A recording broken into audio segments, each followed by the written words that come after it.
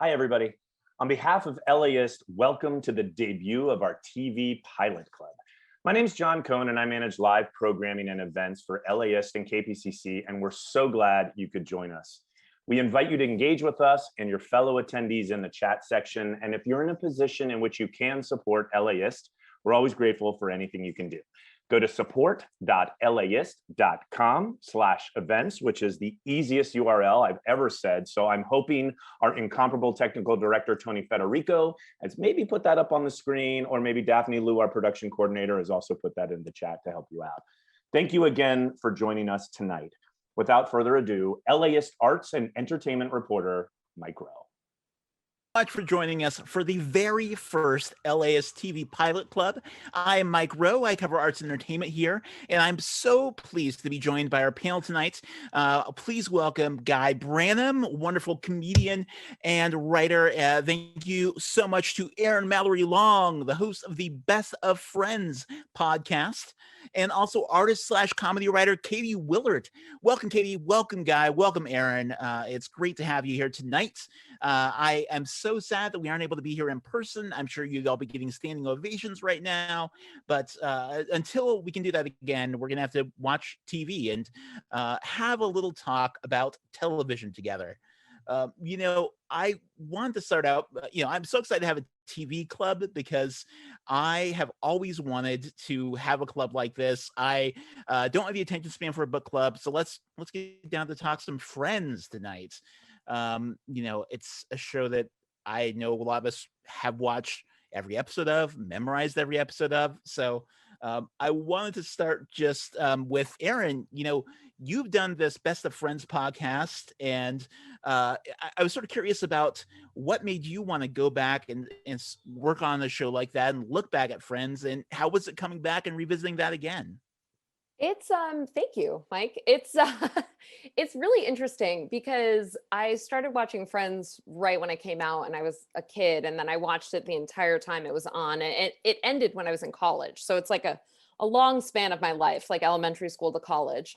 And a friend of mine, Krista Doyle, wanted to start a Friends podcast and reached out to myself and Jamie Woodham, and we started a podcast, and it's been like 6 years or something that we've been doing it. Krista, thank you. Krista's not on the show anymore. Jamie and I have kept plugging away. We did the whole span of Friends, and then we watched both seasons of Joey, which I wouldn't recommend. And Impressive. Yeah. Which I'd never seen before. And then now we're right now, he got married last year. I had a baby last year. Now he's having a baby as well. So we're just watching baby and wedding episodes right now, which there are a lot in the Friends universe. So it's been there's a wedding moment in this pilot. It begins with a wedding dress for one Miss Jennifer Aniston. Yep, and Ross's marriage falling apart. So it's all right there. It's really a show about marriage. That's the heart of Friends. Guy, I was curious, how was it for you going back and revisiting the pilot? So I I'm working on a multicam for the first time in my life. I've always written on single cams, and some older writers in the room kept talking about, well, Friends would do it this way. And I because when I was watching Friends, I wasn't thinking structurally about sitcoms. And I went back and started watching to see it is very different from Frasier or the sitcoms that came before it. And watching it was so strange because there's a way that this show is so classic and so emblazoned in all of our hearts and minds that it feels timeless in a way that shows that come after it. You watch an episode of Boston Common, you're like, this is from so long ago. Yes. But if you watch Friends, it feels present until they pull out that gigantic cell phone, or you notice they're wearing jeans that look like a diaper. So it's sweet. It's so sweet, and this pilot is so full of really interesting choices, but it is also, in certain jokes, just a time capsule of what comedy was in 1994. 100%. Yeah, it was really interesting going back because there were a lot of moments that feel very contemporary. I'm like, oh, this is so relatable. I can see why this was such a massive hit with this whole generation for many years. And then there are moments to come that I'm like, why would they have done this? And oh, this is a long time ago, and the world is a different place now. I was curious, Katie, watching the show, was there anything to you that's either felt the most super 90s to you, sort of the most out of place, or other? I was sort of curious, like maybe like what sort of held up for you and felt contemporary. So as far as the most 90s thing would be Monica's linen pants with the suspenders. But the most timeless thing, guys, like what even was? No, it's a good look though. I think there are so many things. Look. Yeah. Classic. Oh my gosh, with like a pair of Oliver Peoples sunglasses, like very much my mother in the 90s, who is, by the way, probably watching this. Because Friends was our thing, right? With Thursday night, we'd watch all the shows back to back, and then I'd go to bed when ER started. And yeah, so for like that part for me, I think is the fashion a lot of times is what trips me up, or like I was saying, the self ones. But for me, the most timeless thing, and they talk about it a lot in this first season, just that weird time period between you're out of college, but you're also not 30 yet. And you're kind of like Chandler's working a job that he doesn't really care about, and there's actually an episode that's in the first season, I think, called 5 Steaks and an Eggplant, the one with 5 Steaks and Eggplant, that I actually think is one of the most timeless concepts that I don't see talked about in television a lot, which is what happens when you're in a friend group where some of you have jobs that pay regularly and you can, go out to dinner, whatever. And then the other people in the friend group are, have spottier work, and don't make as much money, and like how weird and awkward that is, and how you want to go someplace nice, and not everybody can afford to go someplace nice. So like that, like Rachel's whole journey into, working and becoming her own person, for me is the thing that is like so timeless. Also, sorry if I gesture with a pen. I have notes. Oh yeah, I got some notes. So let's get into it. One thing that I loved when I was researching the pilot was reading about how one of the co-creators, Marta Kaufman, she actually went and like asked her kids' babysitters about 20-somethings lives, because she needed to like understand young people again, because she was past her time in the 90s when she was living that life. And it was really interesting to see like how much it does still manage to capture that. I think some of those experiences are timeless, but it's also like, sometimes you have to check in and make sure you get things right. One thing I want to do is I want to encourage the audience to please, if you have any questions, make sure to drop those into the chat. We would love for you all to chat with each other about Friends, chat with our guests, ask questions, anything that you want to share. We want to hear it, because that's what this is all about. That's why this is a club, and we are not the only members. You are too. I was wondering if you could all, whoever wants to jump in here, what was maybe your favorites of the characters in the pilot? Like, is there one that like grabbed you when you are watching this more than the others? Is there somebody who, like some characters I feel a little more fleshed out, and some still take a while to get there? It's always Rachel for me. I mean, it's like, how can you not, especially in the pilot? But her performance is so good. I'm a huge Jennifer Aniston fan, obviously because of Friends, but like, I love everything that she's in. And Friends, I would argue, is actually about Rachel's journey into herself. She starts Friends running out on a wedding that she doesn't want to be a part of. And she ends Friends like back with this guy. I don't really want Ross and Rachel to be together, but whatever, back with this guy who she's loved forever, with a kid and like a job that she's so proud of. And she finally makes it into fashion. And it's like, the whole show is about her journey, really, so it's interesting that they were initially like, oh, Monica's the main character. And then it obviously quickly became like, actually it's the ensemble, but it's always Rachel in the pilot for me. I mean, she immediately grabs me, for lack of a better word. One of the things that's really interesting to me is the way that the casting choices underscored and undercut the way that some of these characters were written. Like Joey and Ross, they doubled down on casting those characters to sort of like solidify who and what they were. But Rachel on the page is like a Long Island Jewish American princess. Like Lisa Kudrow famously, like they were casting her as Phoebe and she was like, are you sure I shouldn't play Rachel? Because that's who I am. But I think that giving us like Jennifer Aniston as Rachel makes all of the stuff that you might hate about that character a little bit easier to forgive. I think casting someone as smart as Lisa Kudrow as what could have been a very paper-thin hippie gives you all of that specificity and choice and magic in who she is. And then also famously, like on the page of the pilot that they auditioned with, Lisa Kudrow was just like, well, Chandler's the gay one. And again, I think getting somebody with sort of like that weird, interesting middle space charisma where Chandler can, you know, pull off the sassy one-liners, but also read as a heterosexual man, I think are really interesting choices that gave those characters depth they didn't necessarily have as written.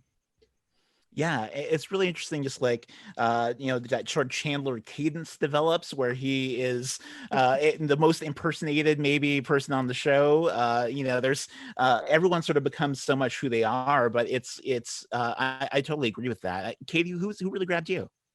I mean, I am a huge, in the pilot specifically, it would be Lisa Kudrow as Phoebe. And I think part of it has to do with the fact that like Erin was saying, you know, Chandler and Phoebe were supposed to be like these auxiliary kind of like tertiary characters, right? And so she's written like that in the pilot, but every single line that she has in that pilot and its performance is like so special. And I mean, I think about all the things that she says in that pilot, the majority of them are things that I still quote to this day. If I let go of my hair, my head will fall off. I say that. I mean, the gif of I wish I could, but I don't want to, you know, like you learn so much about her and she was given very little in that pilot. And yet by the end of the pilot, it's like, I know Phoebe when she says, hand me your feet, you know, or she's like, don't cleanse my aura. I feel murky. Like, you know, fine, be murky, that whole part. Like, and what Guy was saying is, I mean, when Lisa Kudrow was coming into this, she only played in Groundlings and stuff like really cerebral, really like straightforward characters. So Phoebe was a whole different ball game. And what's weird is it kind of ended up changing the whole trajectory of her career and the types of characters she played from that point forward. But that's like, I think her and Joey, to be honest, like were given very little in that pilot, but I feel like they really kind of nailed who their people were right away, you know? Yeah. I mean, like James Burrows, who's directing that pilot, is the guy who fired her, one of the guys who fired her from Frasier.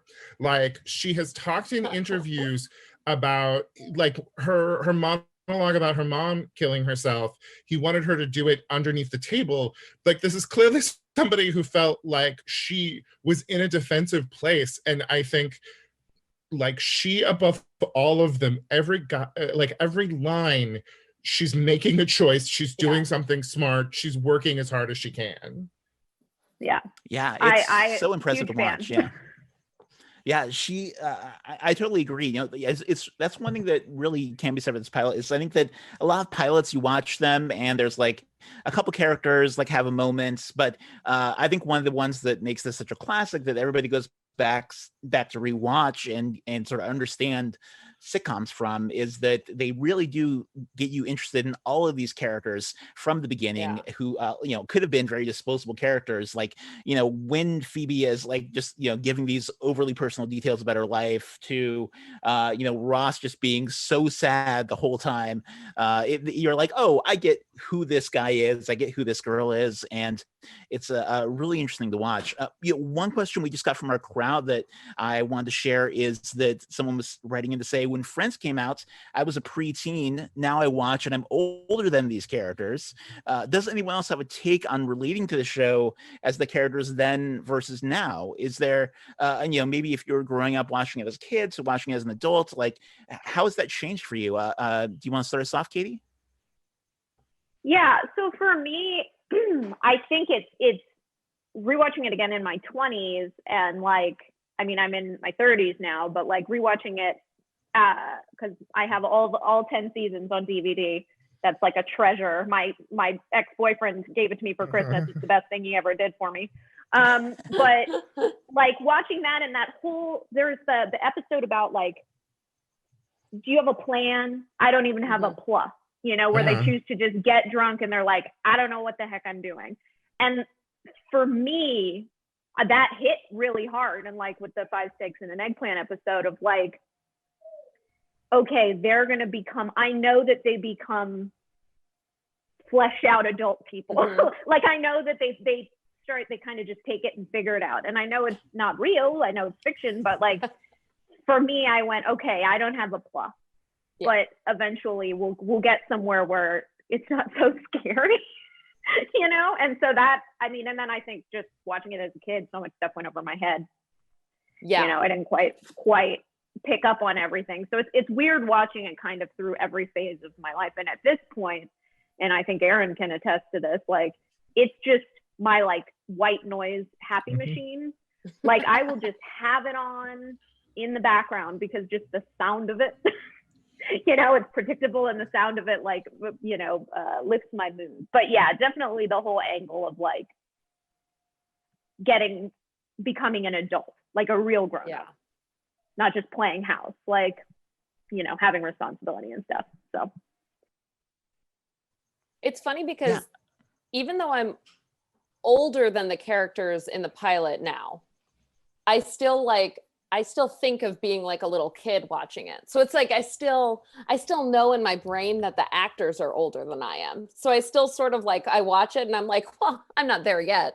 But they're 26 in the pilot. And I'm like, well, I'm older than 26.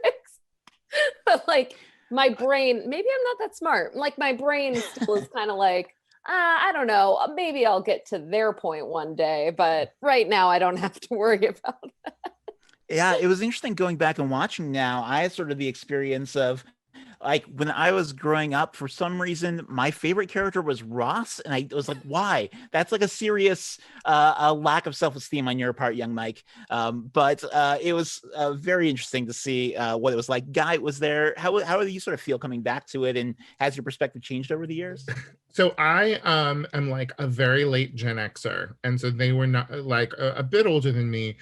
And so at the time I was watching them with this sort of like, oh God, this generic show full of like pretty people, like the jokes didn't feel smart to me then. It felt like a like kind of a bland show. And watching it now with perspective is so funny because like that first season, especially that pilot, it's the rare time when Friends wasn't leading the culture. It was very much following the trends, and how much the energies of like Slackers or Reality Bites, it's taking on this same idea, but through this very 90s network kind of view, but it still does have a really interesting loveliness to it. And I think the thing that Katie was saying about, I do think the journey of those years is understanding, do I have the right passion? And I think they did the smartest thing to build a situation where that was not uniformly true, where like, while we were so frequently focusing on who these people are having sex with, the fact that Ross loved dinosaurs when it began and loved dinosaurs when it ended, and he may have moved to NYU, but it didn't really change. Monica's passion was Monica's passion, but then you had to, like, Joey knew what he wanted, but had to get there. But then having those journeys of like Rachel taking a while to find the right thing. And then I think the lovely thing of Chandler having that bad job for 8 years and then realizing he couldn't do it anymore. These are journeys that I watched in the people around me during like that time in my own life. And I think it's really sweet to see it and how that affects the choices you make and the way you see the world around you. Yeah, I really think there's a clear line from the pilot to where all these characters go. One that really struck me that I had forgotten was that the whole Ross and Rachel thing starts in the pilot. Like it felt like this would be like a relationship that would develop over the first couple seasons and they would get there. And then I was like, oh no, they're like going for it. Like that's the warm, heartwarming moment to end this sitcom in its very first episode. Well, it makes you that much more upset. It makes you that much more upset at Ross because he literally asked her, would it be okay if I asked you out sometime? Which is not the same as asking a person out. And she said, yeah, I think so. And then he doesn't do anything. And then he doesn't do it. And then he's mad when Paolo swoops in and is Italian. Well, I think one of the things that's so funny about this pilot is that it paints with such delicate strokes. It's got like so much music and these weird little scenelets, and it almost feels like a Fringe play you're watching. And you know, sick burn. But like there is kind of like a loveliness to it that I don't know continues, you know? Yeah. It's like you turn from that and suddenly you've got Paolo's and you've got sort of like these big comedy moves. But it like, what do people want in that pilot? It's not full of wants. It is full of like, Ross has a gentle want. The most interesting thing that Rachel does happens off screen.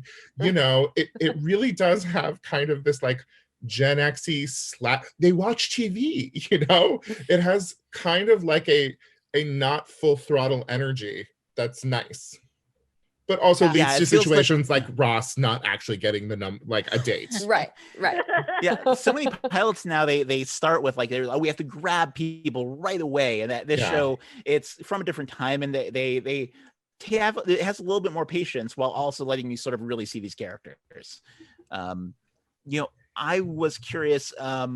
One other thing I was sort of wondering about, another audience question was, there are a lot of problematic episodes of Friends over the years. You know, I was sort of joking around when we were starting, like examining this as a show. It's like, oh, Friends, it's a show where a bunch of white people don't hang out with their non-white friends. It's was something like really interesting going back and looking at it. Chris Rock did an interview recently where he was talking about how he was up for a part here. He didn't say what it was, but I assume it would probably be the Chandler role. And I was sort of curious, like if anybody has any thoughts on you know, how TV's changed since this pilot, if there are things that you know, do stick out with you from it as sort of problematic, or you know, you sort of were like, oh, it was a different time, and yeah, what else comes to mind? Erin, do you have any thoughts? Well, I mean, the whole situation between all of the guys is literally just constant gay panic. Like they're just always worried that they come off gay, and like until very late in the series, the Ross and Joey napping was one of the last seasons. Forever in the series, they're constantly worried that they seem gay. They're like, oh, Chandler, we thought you were gay, and he's like, oh my god, oh no. Like it's a constant thread throughout the entire show, which is sort of, I mean, remarkable in a bad way, you know? Like it's kind of like, wow, you really like held on to this for a really long time. It's so interesting because David Crane is one of the showrunners, and it's just, I do think you have to understand where the world was in 1994 and how much it wasn't something that was welcome on our televisions, and that like, I'm not excusing it in any way, but like it did lay the groundwork for us being able to get to Will and Grace a couple of years later, which has its own problems. You know, just the fact that Carol and Susan were treated as good parents and reasonable people if they are a pair of lesbians like none you have ever seen in your life. The whiteness of the casting and the insularity of that group is bad. Like one of the other very Gen X energies is like all we're ever doing is talking about how other people are weird and different than us. But the fact that the extras casting, as time goes on, possibly gets even whiter, that like no one is even allowed in the camera frame who isn't a perfect vision of Caucasian beauty, is like Brad Pitt. We have, and then, you know, just the weird specter of Fat Monica, the like just how ridiculous it is that one of our cool beloved people might have been in some way not perfect at some point in time. And then the way that becomes, you think like there aren't that many Fat Monica episodes. How many times could she actually do it? But by the later seasons, when the writers are essentially just writing Friends spec scripts, the number of Fat Monica jokes, Monica wanted to eat me jokes, it's just insidious and a little gross. It's all the time. It's so gross. It's so gross. I will say that the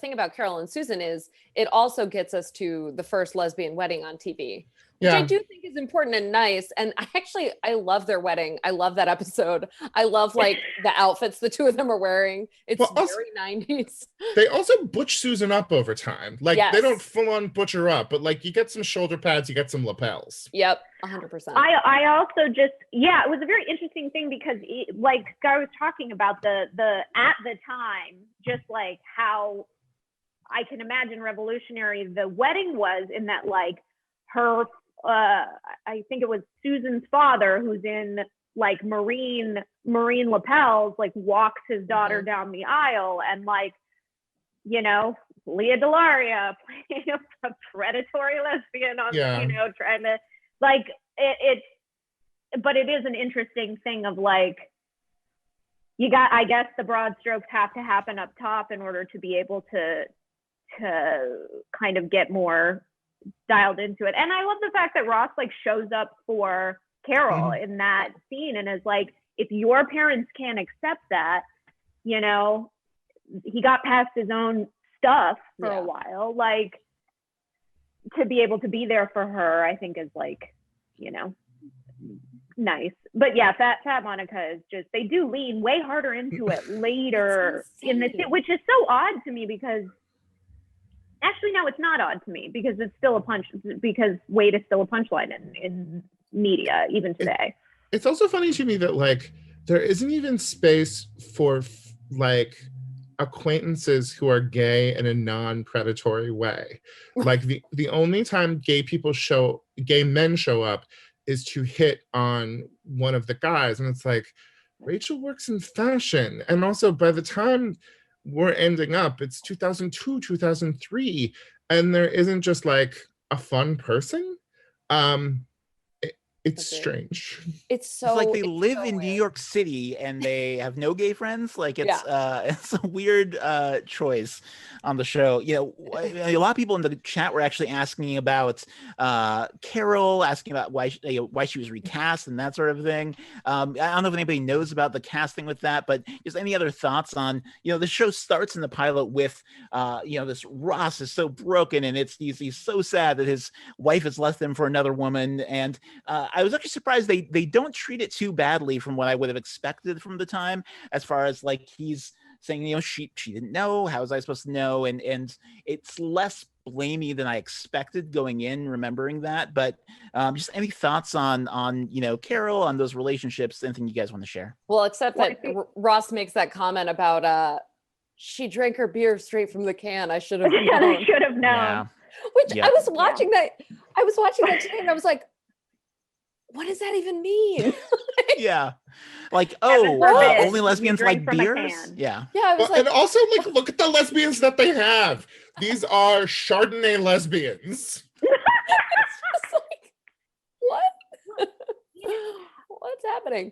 I'm pretty sure Carol was just recast because the initial actress had another job. I'm pretty sure that's what happened. Yeah. I feel like I remember her name. I apologize. Well, you were talking about, Mike, how it not being as blamey as you would imagine, but the truth is the blame falls on Susan and it comes almost immediately, right? Like, Ross always blames Susan for what happened, as opposed to like it being Carol and Susan having a relation. Like, it does suck that she probably had an emotional affair while she was married. Like that part, that's not great. But the blame really does fall. He's really not great to Susan. No. I mean, like the episode where Ben's born, all of that sort of stuff. But what I do like is that they end up, it becomes less of like the thing. They are the parents of Ben, and then that's kind of just the way it is the rest of the the series, you know, which yeah, is someone nice. someone pointed out in the chat that, you know, they don't even kiss at the wedding. So it's you Yes. know, not as progressive as it might be. Totally. God, I totally forgot about that. There's a way that Friends makes like difference a source of like ridicule. Like you have this very insular group, and anyone else who's present, it has to be like, oh, they're weird and bad. And I feel like the like pristine like hermetic whiteness is because they just didn't know how they would make jokes. If they didn't have that difference. Because I even think when Ross comes back in the first season with an Asian girlfriend, we get some not okay jokes. And like, I think that for those middle seasons, they're like in between that and Aisha Tyler showing up, they're like, what would we even do? How would it be a character if they weren't defined by their race?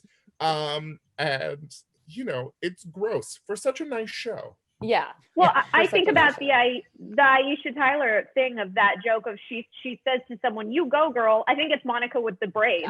Yeah. And she says, "You go, girl." And then Ross goes, "You've never said that before in your life, have you?" And she goes, "No." And it's like, even then, like she's her race is not the butt of the joke, but the race is the butt of the joke. Like they can't quite, like, just give her jokes to say. She's very funny. Like, why does it have to be, you know? I mean, one of the true sort of like lost things from the pilot is that the actress who plays Monica's coworker, Jennifer, what's her name? It's the grandma from Blackish. And it's like, Jennifer Lewis. Jennifer Lewis is like such a great actress, such a fun person. If we had just kept her as an energy in this world, even as a coworker, it would have added something. But I'm sure they had deeply white rooms. I'm sure that they just like created a situation where they didn't know what to do to be able to have anything but 6 kinds of white people talking to each other. Yeah. And I'm sure at the time too, it was like, oh, well, we have to get rid of like the coworkers because like Monica's not the main character. Like it's an ensemble show now, but it's like, man, we could have done something. Like, it's like, I feel like a lot of times with Friends, it's like, you're so close, like so close. Yeah, you're like, oh, like if you would have done this one thing, you would be way less problematic. Yes. But unfortunately, they went a different way. But unfortunately, even with appearances. Oh, sorry, Mike. Even with appearances, like Rachel's nose job is constantly the joke too. Not as a big deal as Monica used to be fat or whatever. But you know, it's like everything is about appearances. Everything is about like making fun of when you used to be a different way. That's gross. You know, the only people who don't get that are Phoebe and Joey, really. Everyone else has some appearance. I think the attitude the guy was talking about was, you know, it's basically Chandler's whole thing is like figuring out ways to make jokes about people who are different from him. Yeah. You know, a couple comments from the chat room. You know, someone was mentioning, you know, there are a lot of problematic episodes that never occurred to us to be problematic when they first came out, between Fun Bobby and Fat Monica. And, you know, it's something about this because sort of never noticed, and some people were like, yeah, we noticed this was a problem. It's always been a problem, but it's you know, how much they sort of the perspective you're coming from. I mean, as a sober woman, the Fun Bobby episode really like it still kind of bums me out. Like, oh, he's so boring now that he doesn't drink anymore. You know, it's like, man, like, come on, guys. I mean, I think about a later, I don't know what season it is. It's later where Ross gets the spray tan and is in blackface. And that's like early 2000s. Like that's a later. It's amazing season. How sitcoms can never stop doing blackface. Like there was this past year, you know, 30 Rock, Scrubs, Community all had to pull blackface episodes. The Office, it's something that it seems like white writers like want to be like, look, we can make fun of old racist things, but it's like I did an interview with Ira Madison. He was talking about how like black writers don't want to write about this, so maybe listen to that. Yeah. It's interesting how much these things really are about the era that they come from, because Friends sort of straddles like, you know, the 90s into the 2000s, but it really is that 2000s time of, ooh, look at what we're doing. We've created a complex set of rules that are let us gonna get away with something we're not supposed to say, do something we're not supposed to do. And everybody was so proud of themselves, and it was so strained and attenuated that I really think like all of that blackfaciness, like, look, there's been a lot of it in a bad way, but like so much of it comes from the period of time, like at the beginning of when I was working in comedy, that it was just like, really? Like, you're gonna put this much time and effort into creating we did a bad thing joke? Like, is this helpful or useful? And also, Right. don't like, don't do it on a show where you've gone out of your way to not have Black people at all until, again, before this thing that we're doing, I was watching some season 9 Friends because I'm watching all of Friends. And it was like Aisha Tyler finally showing up. And I didn't realize it was this late that they finally made that pathetic little gesture. Yeah, it's hard takes 9 seasons. It is a well-written show. I know. Like, for a show that is about pretty people kissing each other, like, it is a well-written, charming show, and they could have done better. Yeah, I love comments in the chat room. People are commenting on the lack of POC from, I've long said, why could one of the main characters have been Black? Some of them mentioning their Black friends are mostly all extras until we get to Aisha Tyler. It's so true. And, but, you know, interesting to see like how shows have or haven't changed since then. It sort of, I feel like the next era was when we had shows where there would be like the one minority character, and then it's like, oh, we've satisfied our quota. And then it's slowly evolved since then. Erin, you need to do some episodes of American Coupling. I mean, that was the bold step into one non-white friend who is also bisexual only for purposes of jokes. Oh my gosh, I've never seen it actually. That's really interesting. It's real bad. I'll get into it. I'll do it for you, Guy. Don't worry. Also, guys, that Boston Common shout out was really great. Thank you for that. All that came just like right me too. I used to watch so much Boston Common. One thing I wanted to make sure that we get to, and make sure we have a chance to get back to how their choices are problematic in different ways, was the fashion on the show. I was sort of curious about anyone who has like strong feelings about Monica and her suspenders, the complete takeover of vests among the men. Do you want to start us off, Katie, and your fine ensemble tonight? I mean, you're talking to someone who is currently wearing overalls. Well, it is very funny. I mean, you live long enough and you watch the cycle happen, and this kind of was the 90s cycle coming back is it's bizarre when you live it and you're like, yes, I was there with the choker necklaces and like the, little pleated mini skirts and tights and all that. And now people on TikTok are wearing it. But I highly recommend, if anyone here is a Friends fan, following @everyfriendsoutfit. It's an Instagram account that catalogs all the fashion and it's fabulous. But I think about like, we already talked about the linen pants and the suspenders. It's just like a quintessentially 90s outfit. My favorite personally, and we were talking about this before the show, Erin and I, but the Monica's t-shirt with the spaghetti strap, long floral dress, and the nice chunky knit tied around her waist, wearing what I'm positive is the same shoes that I am currently wearing. Some nice Converse platforms. I do. I have to wear shoes, otherwise my feet get too cold. But yeah, so I mean, it's interesting because it's like every outfit. I think there's one where like Monica breaks up with one Bobby and she comes back from a run and she's wearing like black bike shorts and a Nike sports bra and like a hoodie, zip up hoodie around her waist. And I was like, oh, this is like every Instagram fitness model or whatever. So it's weird to watch it come back and have everything be like now in style again. I mean, still when I wear overalls, I think about being in middle school and like going to middle school, being like, I'm going to wear my overalls one strap down or both straps down with a sweatshirt over it, because Rachel did that once. Like Rachel wore that in an episode, like a baggy sweatshirt, both straps of her overalls down. And I was like, I'm going to go to 6th grade like this. See you later. Like have fun. I still would dress like that. I mean, that's just, I think it's partly like it's ingrained in my mind as like Friends is still like the cool senior and I'm a freshman in high school sort of vibe for me. So I still watch episodes, even if I'm like, that seems dated. I'm like, I would wear it. The show has such a strong visual sensibility. It is so funny to look back on an episode of News Radio or Frasier where everything is brownish gray or grayish brown. Like everything is the same color and everyone is essentially wearing Chandler's suit. And then you go back and like, no matter how of the moment Rachel Green's outfit is, it always works.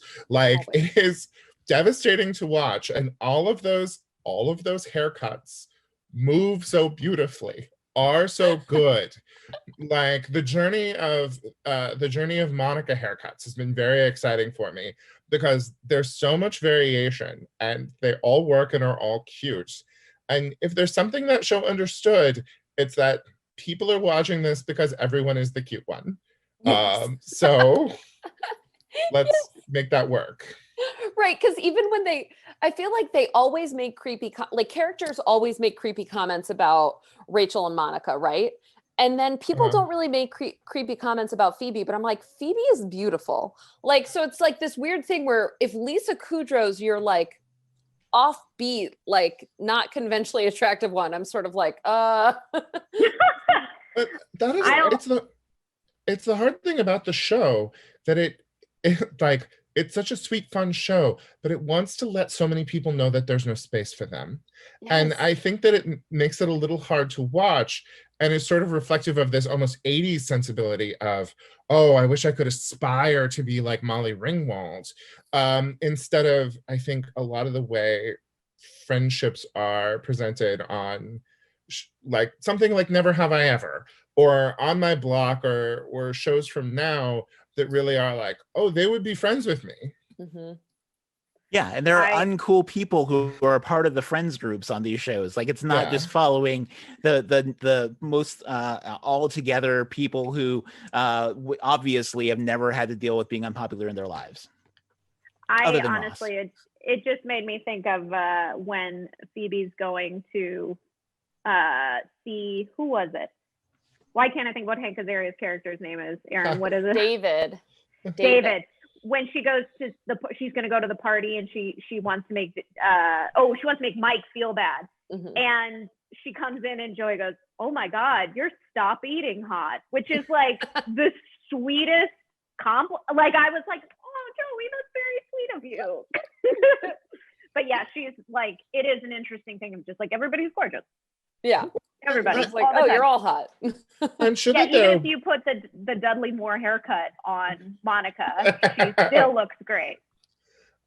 I'm sure it must have been very hard for them to have the pressure of maintaining that, but they were also foisting it upon everyone else in the 90s and 2000s. Right. Yeah, like I was just reading while researching for the show about Lisa Kudrow dealing with an eating disorder and how like having that pressure of being around these people on Friends got to her. And when you think about like how beautiful she was at the beginning of the show and like how sad that is that, you know, even they're being affected by it, by being in that environment. Well, that's why I think the whole Fat Monica thing is so upsetting, because it's just like you're making these actors also go through that. I mean, Jennifer Aniston lost like 20 pounds between like a couple seasons, like allegedly, like, you know, at someone's behest, you know what I mean? And it's like she didn't need to. And so it's like that's why that Fat Monica stuff is just so gross and hard to watch. And it's like you remember being like a young kid, like a young girl watching this and like internalizing that and being like, oh, okay, like that's bad. Like I shouldn't be that. I need to look like this, you know? And especially with like the Britney documentary and stuff, like the 2000s and the like grossness of the 2000s has been very on my mind lately. And so that is what I kept coming up with, thinking about Friends again in that way. It's just such a bummer. It is. It's a bummer to see. We still have comments in the chat room asking about some of these things, about why people of color were avoided for so long. Someone, I would just read this comment: why all the hard nipples by the women? There were a lot of questions about the how people were filmed at the time versus how they might have framed the shot now. Another question someone had that. You use any of these for a jumping off point if you'd like, but one other question people mentioned was about what you thought of the set design. Guy was talking about how there was such a clear visual aesthetic for the show, while other shows in that time could be very visually bland. I mentioned the set design by John Schaffner, who did a lot of classic sitcoms from Golden Girls to Big Bang Theory, etc. Sort of any thoughts on like any of those issues anybody wants to jump into? I would like to talk about the sets because I like about 8 years ago, I was acting on a multicam, and I was on the set, and I looked around at this strange caricature of a New York apartment and realized, like, we're still trying to make friends. Like, it's been 10 years and every studio is just trying to meet that high. And I think it's such a great show that broke sitcoms. The fact that it had so many more cuts and had jokes that came out of cuts, as opposed to a Frasier with like 5 scenes where it's all acting, like really sort of, gave us stuff like How I Met Your Mother, but also gave us a lot of bad stuff. And I think that those sets sort of created this aspirational view that bore no relationship to anyone's life. And I think that us trying to make that show is a really bad thing. Friends happened. We have to let it go and just make some Raymonds. I agree. It was very fascinating to sort of see how that show, had these places that it's such an aspirational show. I think that watching it, I was like, oh, I wish I could find a cool place like that coffee place to go hang out at. And it's, they have the Warner Brothers Studio Tour where you can get your picture taken at the Friends coffee place, and it's I remember going with my wife and she was so excited about this, and of course, like, this is what we all wanted to be watching the show. I want to make sure we get to some more of the questions from the audience, but one thing that they were curious about was if you had any thoughts on we were talking about the issues with Lisa Kudrow and also Matthew Perry going through his drug addiction at the time, that was due to sort of all the pressures that were on him, and sort of they explored that on when he was on Studio 60 as well. Any thoughts on just sort of like the pressure of these stars and what they were going through at this time? I don't know. I think it's really interesting. I mean, he said before, like, when people ask him, like, do you watch Friends? And he goes, no, because, and as somebody who's in recovery, being able to chart your journey. I mean, the difference between the episode where Chandler proposes to Monica and then the beginning of the next season, where he got help in between those 2 seasons, he's an entirely different human. He's in the same red shirt, but he's an entirely different human. And I think that, like, Guy was talking, like, you can't undo the mega influence of Friends, and, like, as a human, to try and move forward in your career and never be able to, like, shed any of what your character in a show you did now 20 years ago. I think about, like, I think it was David Schwimmer in, was it Saving Private Ryan? Is that the, was he? That's right. Yeah, he was an auxiliary character, like, in a Band war of Brothers. thing. Band of Brothers, that's the one. Yes, and that's right. And everybody was mad that he was there. You know what I mean? And, like, I can't imagine you know, it's interesting because like I did a series for a really long time on crack.com and I loved it, but it was 7 years of my life and it ended because the website imploded. And I'm a very different person when that ended as when I started. And now compared to when it ended, and everybody's still like, you're going to do more episodes, you know? And it's like, we know, like, no, you know, but, and not because we don't love it and not because it's not important, but it's, you know, on a very small scale, I can see like how crushing that must be for someone like, you know, Matthew Perry to come off of Friends and try to just live his life and have his career. The thing that for me is like funniest when it comes to that is Aniston, because she's got this skill set that makes this thing work. The fact that she like what she does with her voice, what she does with her delivery, that like just wrings all of the funny out of everything without ever being grating or shrill or anything like that. All of the things we police women for, like she made that character something that could be at the center of a show that could dominate our popular culture. And it gets in the way of everything else she tries to do.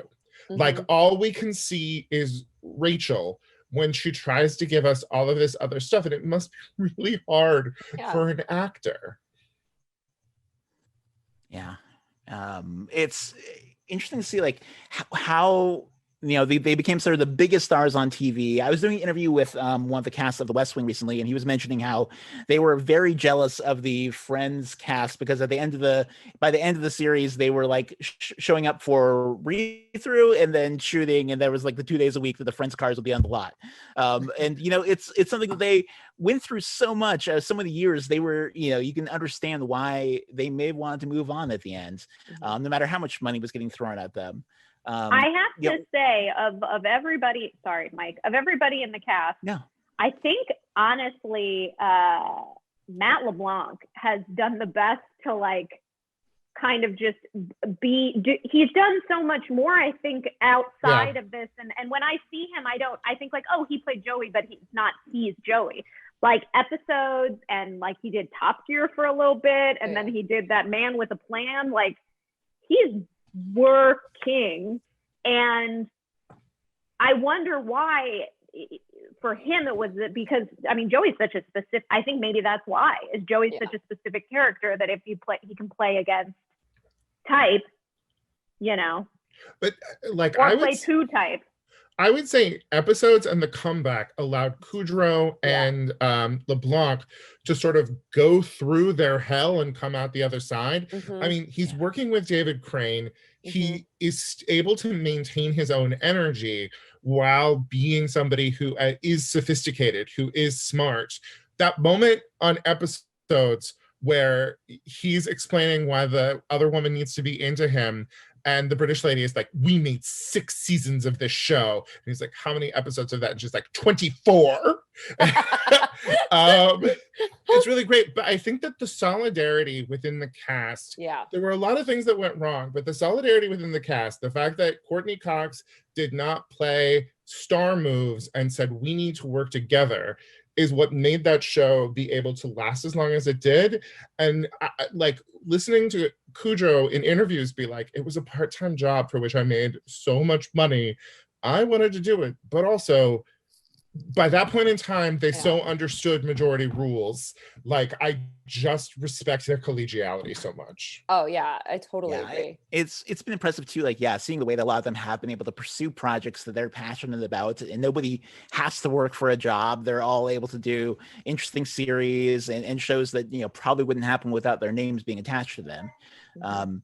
One other question we got from our crowd that I really wanted to dive into was we're asking like why we think that the show had such an impact and continues to have such an impact. It's been like a huge thing on streaming. So people are wondering, is it the comfort food element, maybe especially during COVID? And, you know, why do you think the new viewers are still finding it? I think it's what Guy was talking about at the beginning. I think that it's timeless. I think that ultimately, when it comes down to it, the stories are about human interactions and just human things that we're always going through and we're always going to be going through.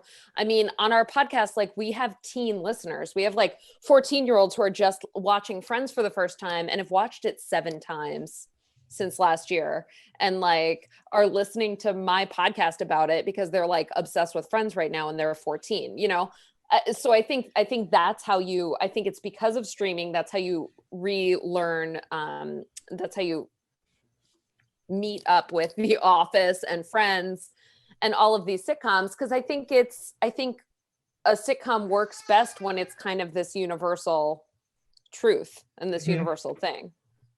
And I think that's what Friends has the best of, you know, once you strip away everything that's problematic and weird and stuck in that time, like it's a timeless story. It's a universal story. There was so little that was topical. Like, we were on a break. Is something people are encountering now as much as they were then. Right. I think the most topical joke in all of Friends comes in, I think, the last episode where Chandler and Monica are buying their house and they find out that Janice is also looking at a house, and she goes, "What a small world." And Chandler goes, "And yet I never run into Beyonce." That's literally like, I think the most non-evergreen joke of all of Friends. It's like that. They run into Donald Trump in an elevator in New Jersey. Those are like the only like references to things outside the world of the 6 of them, really, you know? Yeah, I mean, they have like a lot of this like celebrity casting over the years. Some folks in the chat room bringing that up, but you know, even they have this, you know, if you don't know those celebrities as well, then you're just going to be like, this is, you know, another hot person being cast on the show, or this is a person who, you know, fits this part. And you know, you don't get the like, ooh, it's this person necessarily, but you know, a lot of the stars too have continued to be huge stars since. You know, I was sort of wondering too, just you know, looking at the show, I think the reference that stood out the most to me as being, I'm like, oh, this is a little bit before my time, and I know this as a reference, was when they start talking about they check out Joni Loves Chachi, and I was like, oh, like I know this is a thing, but I don't have that connection to it that they clearly do in that age range would at the time. The thing is not like, as a Gen Xer, a lot of those pop culture references are boomer references. That's are right. like Marta Kaufman, David Crane, and there is a way that boomer perspective was like still so present then that no one imagines. Like, there's a way that Gen Xers like did not believe that we had the right to pop culture references of our own. Until Hootie showed up. Yes. Hootie. A little later in the first season. Well, no, there's that reference in the pilot where he says, "Do the words Billy don't be a hero mean anything to you?" And I'm always like, no, they do not. Yeah. It doesn't mean anything to me. Yeah, it's one thing that I think makes it work even with those lines is that they like everyone sells every joke so much. Like they like dig in, like they say it in a funny way. They all have their own way of talking, but you're like, oh, haha, they made a joke. I'm going to laugh, even though I may not fully understand what they're talking about. Like, I think a terribly important thing to understand, Friends, that I never thought about before was that Marta Kaufman and David Crane never staffed on anything. They started out by selling Dream On, which was this HBO show that was super boomer, like that, and would cut to TV clips as punchlines. And I think that when you look at the way this show is built, especially in that first season, there's a lot of boomer energy. There's a lot, and it was a single cam. There's a lot of single cam energy. It's also a show you cannot stream now. I was gonna watch one to like have experienced it before this, but it's like a disappeared show that was like their rough draft before they went and made 10 seasons of like kind of amazing sitcom. Yeah, it's amazing to see like how this show like burst out of people who like had not spent years and years being in writers' rooms. Like they created this thing, and it was had enough of a captured enough of the moment, but also like you said, still having they were still boomers who were writing these jokes, so they may not have always captured the right voices, and or having stuff that even in the 90s was a little outdated. We're almost coming to the end, but I also want to see if there's anything else that any of you want to share about the show before we sadly have to say goodbye to you for the month. Erin, do you have anything you want to start us off with? Man, that's a great question. I feel like I had a thought and now it's left my brain. It's just, because of this podcast, Friends used to be something that I would just watch all the time. I would just constantly have it on. And I sort of didn't realize that I was a fan of Friends until sometime in college when it was ending. And I realized I was like very emotionally attached to it. And I was like, oh no, it's going to leave. And I was in film school at the time at NYU. So let me tell you, you know what film kids don't like? You liking a sitcom. So it was like a lot of like, oh, you like that? And I'm like, yeah, I like want to work on TV. Like, I don't, what? So it became this thing where I was like defensive about my love of Friends. And so it's like, oh no, I like it. Like, what are you talking about? So it's been strange to be on this journey of like doing a podcast about this show for 6 years, where I'm thinking about each episode much more granularly than I ever was before. I used to just put it on and I would just watch it for hours, and it just kind of washes over you, and you say the lines around and you're not really thinking about it. And then you start digging in like we're doing tonight, and it's like, oh my God, this is a totally different show. So it's kind of, it's interesting in those rewatches, in those constant rewatches. Is there anything else that you want to share with us, Katie, before we say goodnight?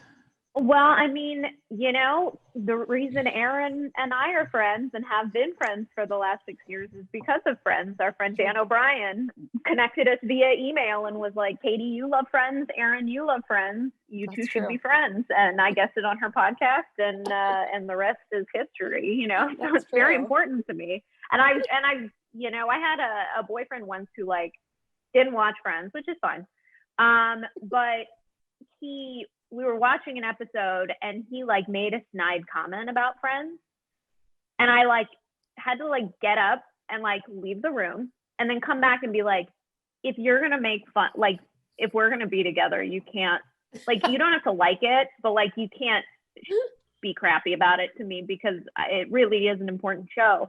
And I think that like that's the, like Erin was talking about, is being able to see it critically now as, a writer and a producer and a creator of things. Like, I still maintain that the one with the videotape, which is a later episode, is one of the best connections of A, B, and C storyline in sitcoms. Like, it is such a good reveal and like such a good building of tension.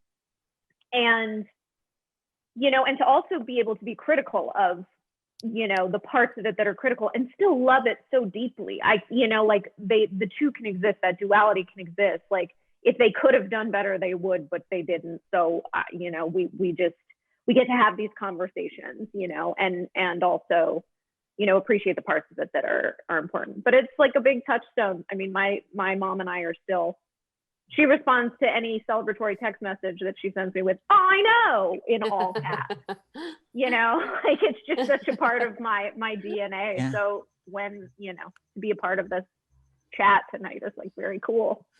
Guy, anything else you want to share before? I think it's such a sweet, lovely show that goes down so easy.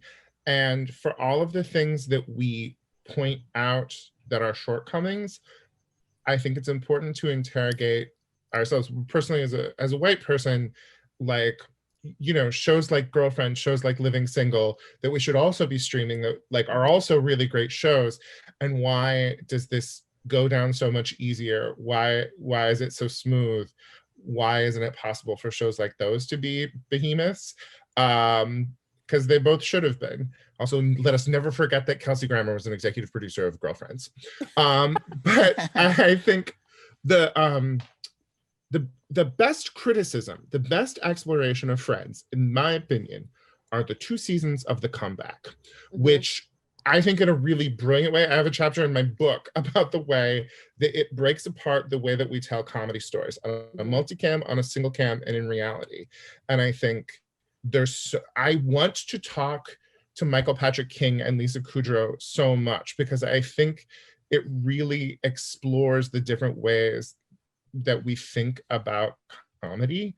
And I really love it, because we're at a time right now when we don't really know how to make comedies. We're making a lot of failed gestures and a lot of directions. And I think part of it is that Friends confused us about what we were supposed to be doing. But I think there's so much to be learned from The Comeback. Amen. Thank you so much to all of you for being with us tonight. I loved getting a chance to talk about Friends, to go back through history and remember what was great, what wasn't so great. I would encourage everyone, be sure to share with us other shows you'd like to see us do on Pilot Club. Next month, we are going to be doing The Fresh Prince of Bel-Air. So be sure to come back for that on March 9th, I believe is the date for that. So we are very excited to be continuing to do Pilot Club and have all of you here. Let us know what shows you want us to do. Thank you so much to Erin Mallory Long, to Katie Willert, to Guy Branum. Be sure to follow them on social media.